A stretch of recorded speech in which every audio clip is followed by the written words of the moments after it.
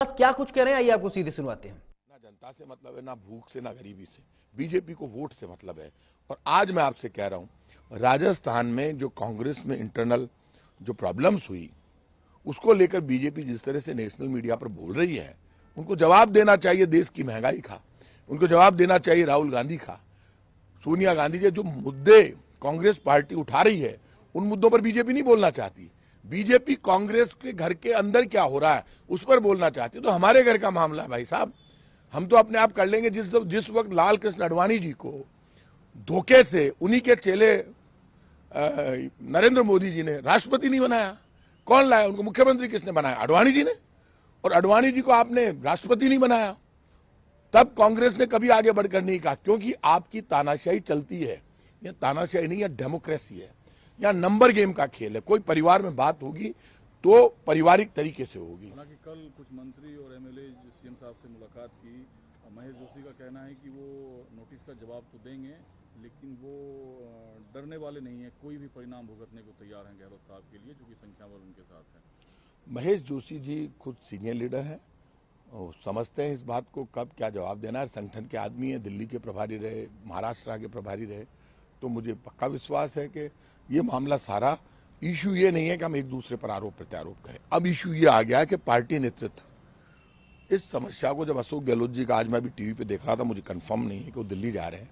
जब एक senior leader Delhi जा रहा है तो निश्चित रूप से इन सारे मामलों का पटाक्षेप हो जाएगा। कल आप ही का बयान है कि भाजपा डिसएस्टेब्लिश करना चाहती है। देखिए, राजस्थान में ईडी के अधिकारी बैठे हुए हैं, कंफर्म मैं एएनआई पे बोल रहा हूँ ये बात, और यहाँ पे पूरा गेम प्लान चल रहा है।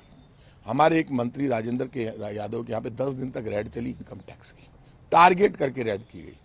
राजस्थान में भी सब जगह इनकी ईडी की टीमें उतरी हुई है। आपको पता है, मुख्यमंत्री के भाई के यहाँ पर भी सीबीआई पहुंची थी, रेड की। तो आप ये मानकर चलना, जब ये इस तरह की गतिविधियां होती है तब बीजेपी एक्टिव हो जाती है। बीजेपी का गेम प्लान तो अब देखो, देश को ना उनको कुछ देना है, उनको सिर्फ माहौल बनाना है।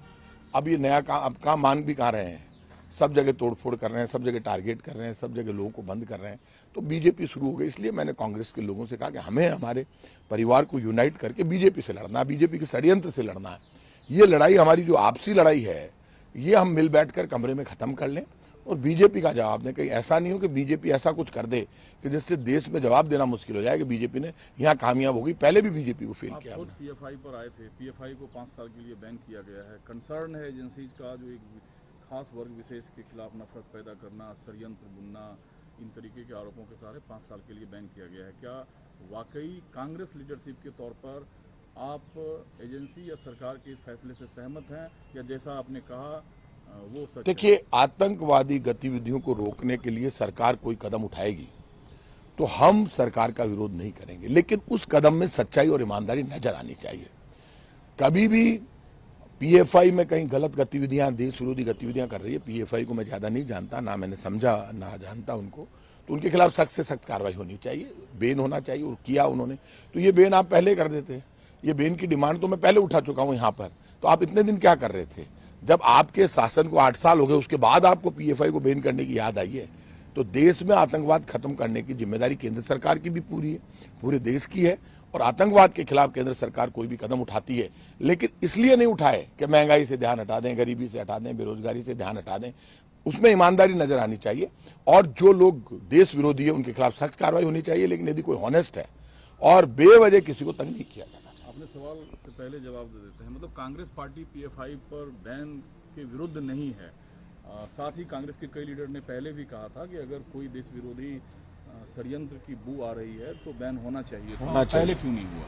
लेकिन केरला के आपके एक लोकसभा सांसद हैं, उन्होंने कहा है कि फिर आरएसएस को भी बैन करो, आरएसएस सिमिलर टू पीएफआई। देखिए, केरला के सांसद ने क्या कहा मेरी जानकारी में नहीं है, वो आप उनसे पूछना। लेकिन मैं इतना कह सकता हूँ कि देश में कोई आतंकवाद को लेकर ये मानकर चलिए संदेह पैदा कर रहा है तो उसके खिलाफ कार्रवाई होनी चाहिए। पीएफआई पे बैन किया गया तो हम तो आतंकवाद के विरोध में जहां पर भी सरकार काम करेगी हम भी।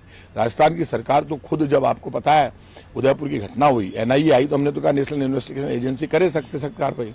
हमने तो तुरंत आदमी पकड़ लिए थे, मुलजिम। वो जैसे ही आए हमने कहा आपको खुली छूट है, पूरा राजस्थान में आपकी मदद करेंगे। तो हम सरकार के साथ, आतंकवादी गतिविधियों के विरोध में कांग्रेस हमेशा देश के साथ खड़ी है, हर सरकार के साथ। इतना बता चाहिए कि गहलोत साहब आज दिल्ली जा रहे हैं। आज मेरे पास ऐसी खबर है कि वो जा सकते हैं दिल्ली। यदि वो दिल्ली जाएंगे तो आप ये मानकर चलिए वो पूरे परिवार का मामला है, इसका रास्ता निकल जाए। अध्यक्ष पद के रेस में माना जाए गहलोत साहब अब दिल्ली जा रहे हैं तो आप ये मानकर चलो कि कुछ ना कुछ खेल है। कहा जा रहा है कि रेस में अभी भी सबसे आगे हैं। पहले बिल्कुल बिल्कुल। देखिए, अशोक गहलोत जी धीर, गंभीर, विनम्र आदमी है और उनके ऊपर लोग भरोसा करते हैं। पार्टी नेतृत्व सोनिया गांधी जी, राहुल गांधी जी भरोसा करते हैं, देश का कांग्रेस का कार्यकर्ता भरोसा करता है, राजस्थान भरोसा करता है, राजस्थान के विधायक भरोसा करते हैं। और उनकी जो स्टाइल है, पॉलिटिकल स्टाइल, उससे तो लोग सीखते हैं कि वो जब इतना बड़ा संकट आया राजस्थान में तब सरकार बचा ले गए। ये भी बहुत बड़ी। अगर अध्यक्ष बनते हैं अगर, तो होगा वही जो फिर गहलोत साहब चाहेंगे। 102 अब अध्यक्ष बनते हैं तो अब होगा वही जो सोनिया गांधी जी तय करेगी और गहलोत साहब की बातचीत के बाद होगा। 102 विधायक जो चाहेंगे। देख, 102 विधायकों की इच्छा से ही मैं आज कह सकता हूं सोनिया गांधी जी फैसला करेगी, क्योंकि इतना सब कुछ हो गया। उसके बाद हमारा नेतृत्व समझदार है, बीजेपी को कोई स्पेस नहीं देगा।